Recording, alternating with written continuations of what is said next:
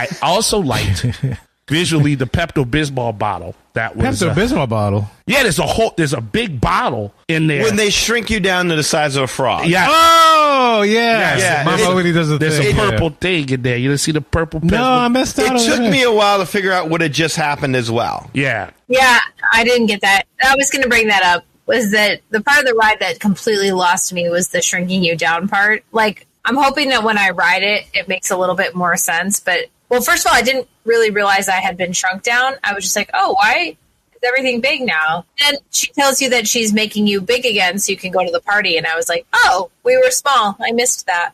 Yeah. That's what I thought the You're not Pepto alone. was for, to make everything go down easier as you accepted this terrible story. I was a little confused. So I'm hoping that when I ride it, it'll make more sense. You know, on video, a lot of stuff gets lost. So Yeah, it does. But that was the one part of the ride that I was like, whoa, you really lost me there. And I was trying.